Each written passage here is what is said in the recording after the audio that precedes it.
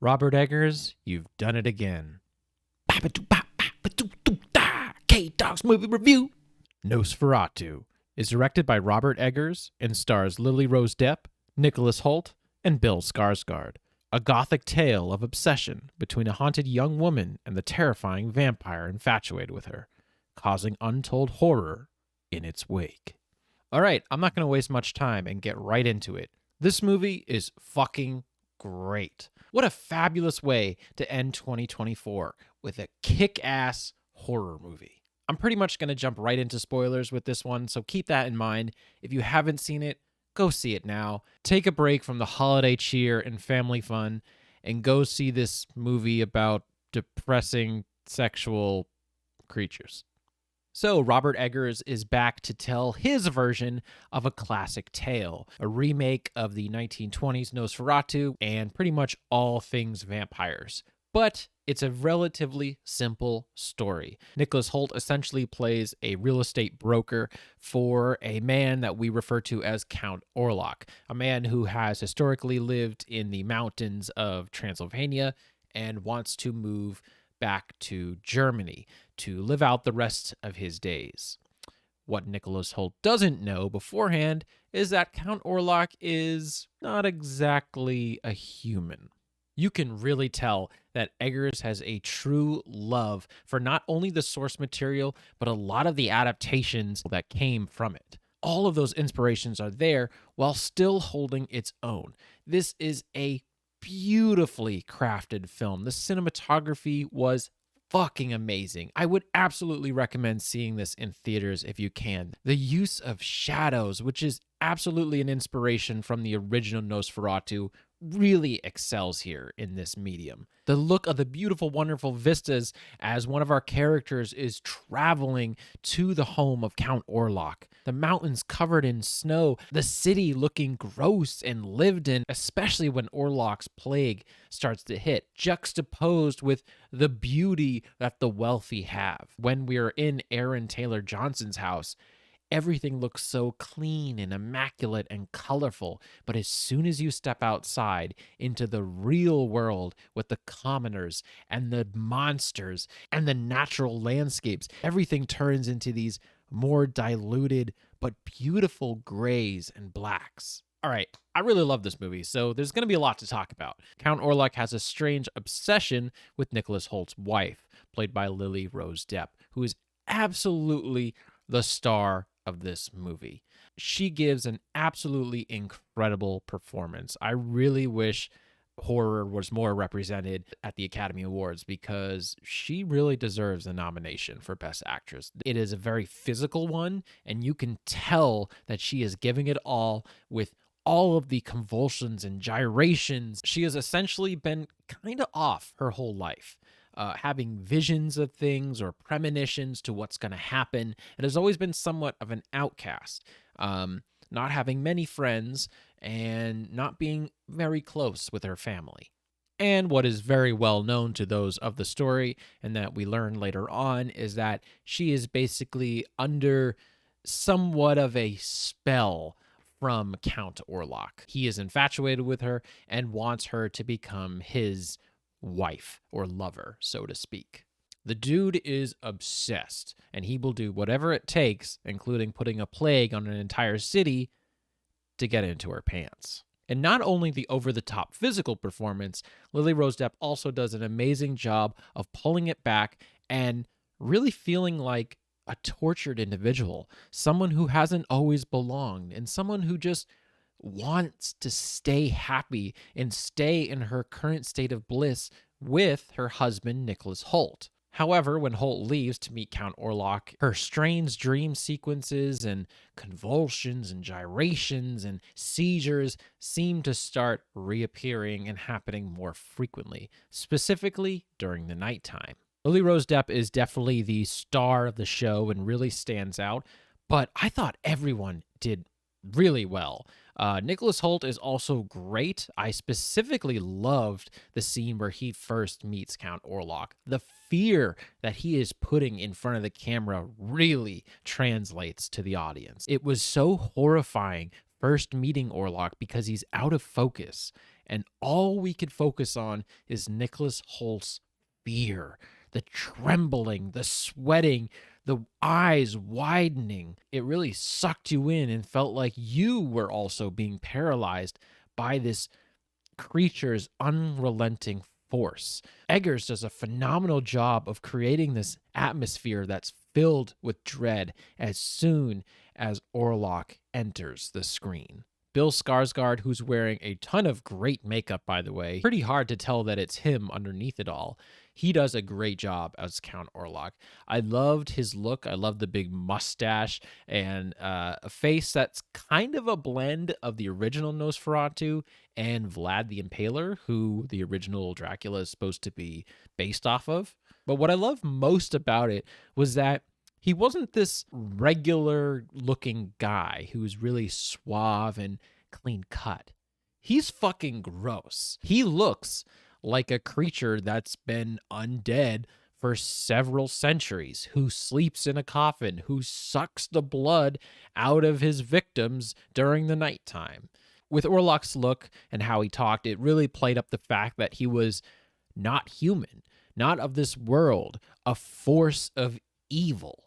And so I really like this interpretation. The sound design of his voice is really well done. The bass that is pumping into the theater as he talks, it's just easy enough to understand. You really have to try hard to understand, but it's just enough where it sounds pretty unnatural, but also old-timey at the same time, because this dude is, a few centuries old. He's going to sound different and look different and act different, and that really translates well here on the screen. As for the rest of our cast in this movie, every actor does a great job. Willem Dafoe in any Eggers movie is always great. He plays pretty much the Van Helsing in this universe, the one who started off in the medical profession, but then sort of went off into readings of the occult and, alchemy and that sort of, non-scientific stuff. I really liked him a lot. This movie can be pretty funny at times, which I also enjoyed. It's not just constant dread, but not too much where he's just a silly character, because he has some pretty serious or touching scenes where he's really connecting with our main characters, specifically Lily Rose Depp. He understands the position that she's in. All of our other characters are talking about hunting down the creature, while he's the only one who really recognizes that only Lily Rose Depp can take down this creature because she's the one who is truly connected to him.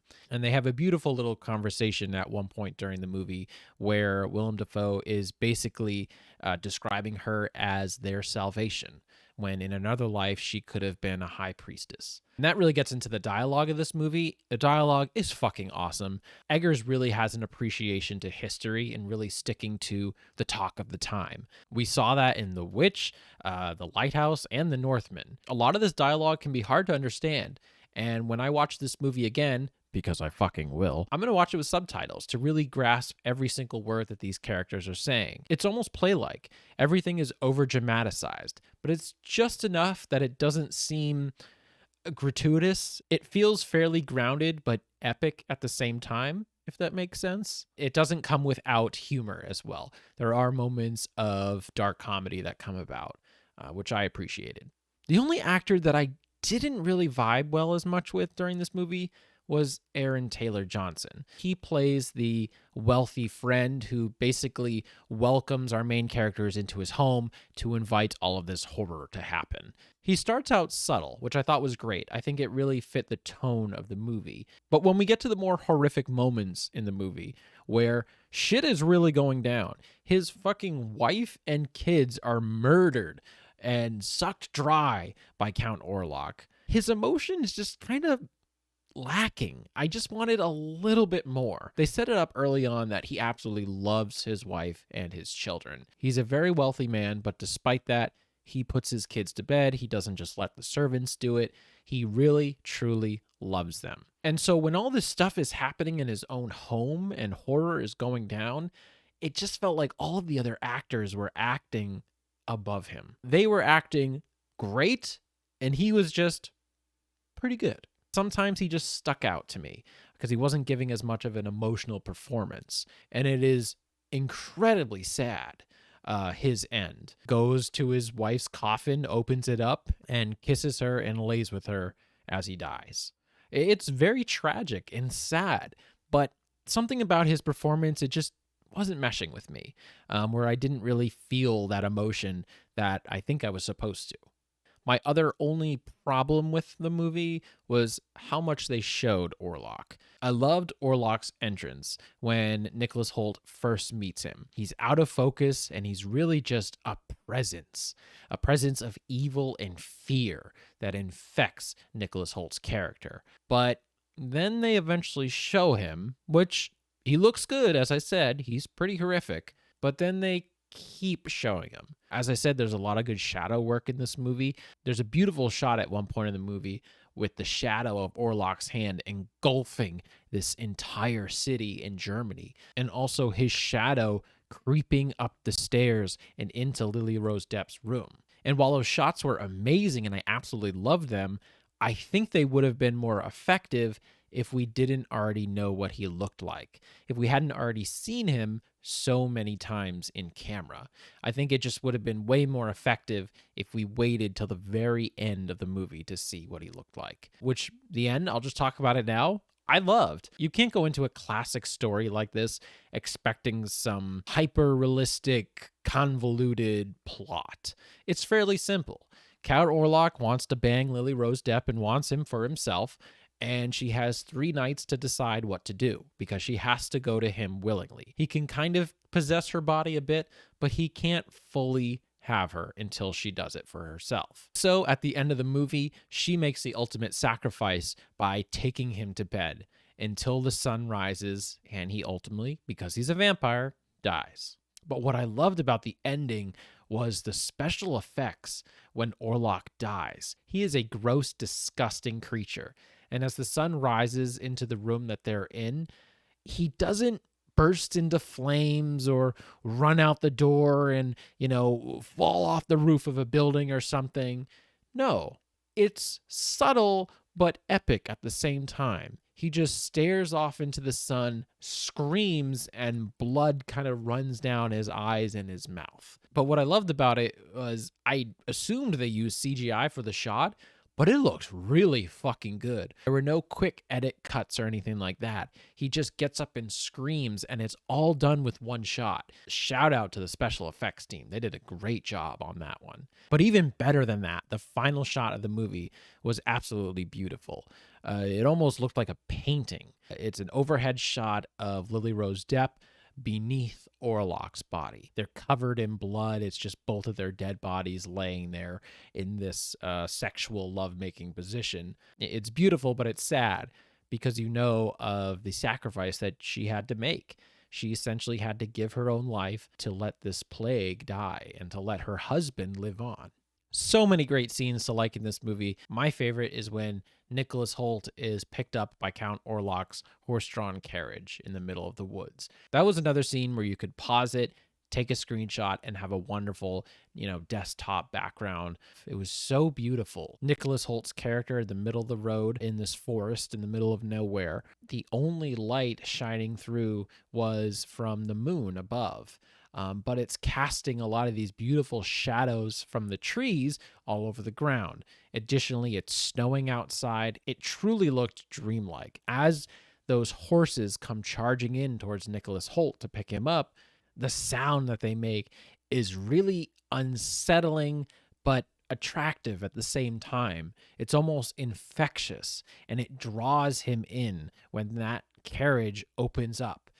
He doesn't walk in. The camera frames it in a position where he's just floating in towards the carriage, like this is all a dream, like Count Orlok is almost possessing him like he does Lily Rose Depp. I also liked how Count Orlok killed his victims. He sucks blood from basically their heart or their chest area instead of their throat. It looks, at least on screen to me, a lot more barbaric or animal-like. That scene where we see Nicholas Holt just laying there on the ground and Count Orlok sucking the blood out of his chest looked so uncomfortably creepy to me. It was another beautiful shot, but it was just so gross and kind of awesome at the same time. The way Count Orlok's body is gyrating and sucking in that blood. The sound design was amazing, where you could hear the gulping as he's, gyrating his body to get as much blood